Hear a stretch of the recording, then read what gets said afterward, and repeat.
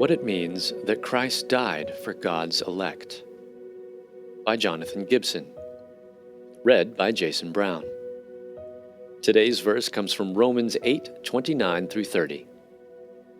For those whom he foreknew, he also predestined to be conformed to the image of his Son, in order that he might be the firstborn among many brothers. And those whom he predestined, he also called. And those whom he called, he also justified. And those whom he justified, he also glorified. Christ's death really did atone for sin. I think a helpful way to understand the doctrine of definite atonement is that in the death of Jesus Christ, the triune God intended to achieve the redemption of every person given to the Son by the Father in eternity past, and to apply the accomplishments of his salvation to each of them by his Spirit.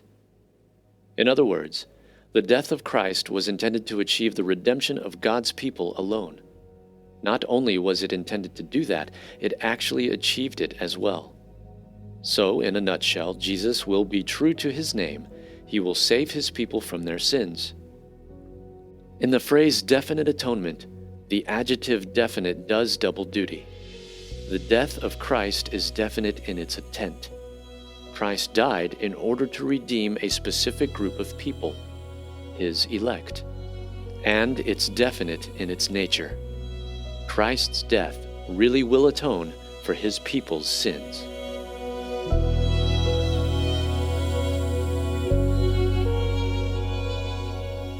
Hey everyone, thanks for listening to Your Daily Bible Verse, a production of the Salem Web Network. If you enjoyed what you heard today, we'd love for you to head over to iTunes and rate and review our podcast.